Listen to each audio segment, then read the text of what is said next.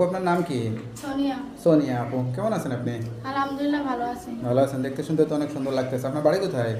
আমার বাড়ি এই কুমিল্লা। পরিবারে কে কে আছে? পরিবারে আম্মু আছে, ছোট একটা ভাই আছে। বাবা নেই? না, বাবা নাই। তা আপনাদের সংসারটা কিভাবে চলে? সংসারটা অনেক কষ্ট করে চলাই।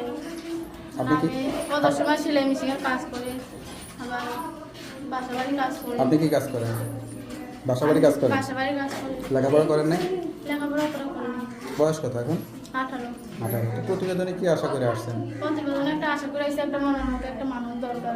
আপনার যেহেতু মা আছে, আপনার মা কি আপনাকে দেখে শুনে একটা ছেলের হাতে তুলে দিতে পারতেছে না? আম্মু পারতেছে না, কারণ আম্মু অসুস্থ, আম্মুর অত নাই, সামর্থ্য নাই। আচ্ছা, তো এই যে অনলাইনে বিয়ের জন্য আসছেন, এখানে তো অনেক বয়স্ক বিবাহিত মানুষরাও বিয়ে করতেছে, সেরকম কাউকে করবেন? হ্যাঁ, অবশ্যই করবো।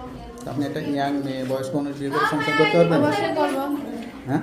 অবশ্যই করবো। কোনো প্রেম ভালোবাসা আছে? হ্যাঁ? কোনো প্রেম ভালোবাসাটা আছে নাকি? না। সংসারে কাজকর্ম পারেন? রান্না বান্না হ্যাঁ, পারি। কি ভালো রান্না করতে পারেন? না, সবই রান্না করতে সবই পারেন? যে কোনো সংসারে নিজেকে মানিয়ে নিতে পারবেন? হ্যাঁ, পারবো। জায়গা জমি টমি আছে আপনাদের?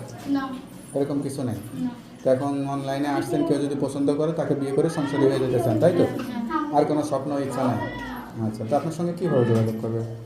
এই যে ফোন নাম্বার আছে। নাম্বারটা মুখস্থ আছে? না, মুখস্থ না। লেখাপড়া করছিলেন? না। একটু করেন না?